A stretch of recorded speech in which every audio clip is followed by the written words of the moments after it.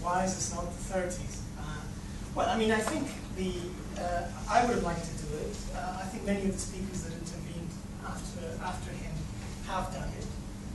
I think many of the speakers that have mentioned the severe ideological extremism behind the crisis in the 30s leading to World War II forget the other side, the great threat to international capitalism posed by the Soviet Union. This is not necessarily an incredibly popular view here, but it resonates with one account, at least of that crisis, which we could project back. It's the great contest, Deutsch's ideas about the turn that things took in the late 30s and 40s. But I mean, there's clearly a sense that a number of ingredients are missing in this situation that were not missing then, and they're spectacular enough that they should be obvious. And this is perhaps why I haven't dwelt too much on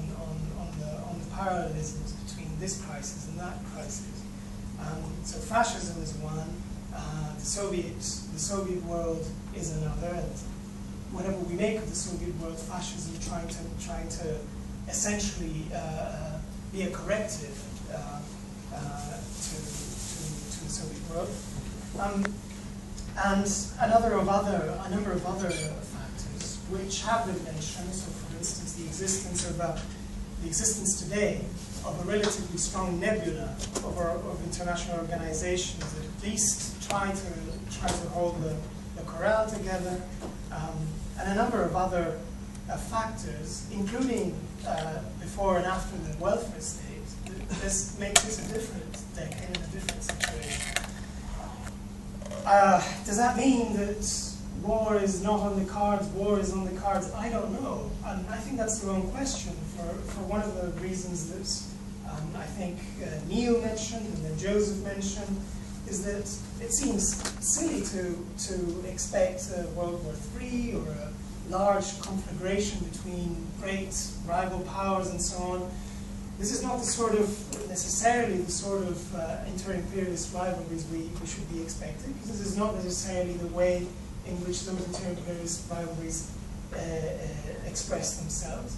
Most importantly, we've had already a number of years in which inter-imperialist rivalries are expressing themselves in all kinds of other ways.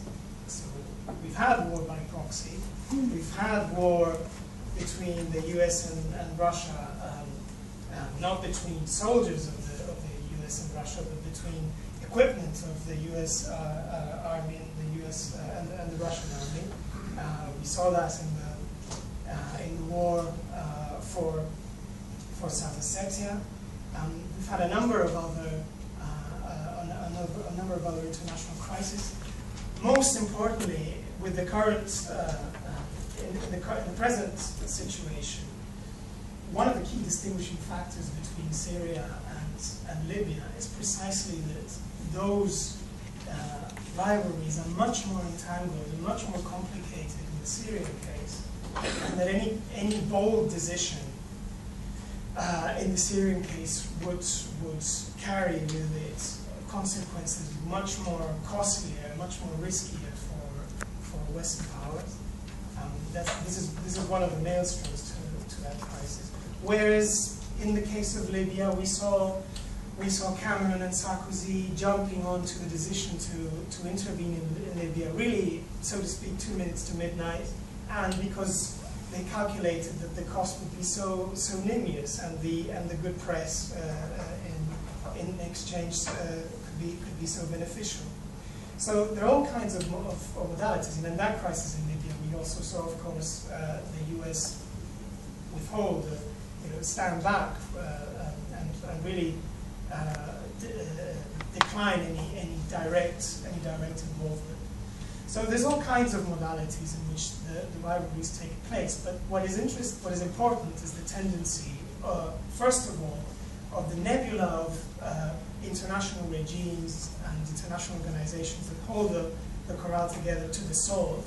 This is undeniable, I think. That's number one. Number two, the rise of certain extremism. And here I disagree with Luke. I think liberalism is coming out of this crisis much more unscathed. Sorry, much less unscathed. Much more scathed. I don't think there are any further variations. Yeah, you know what I mean. So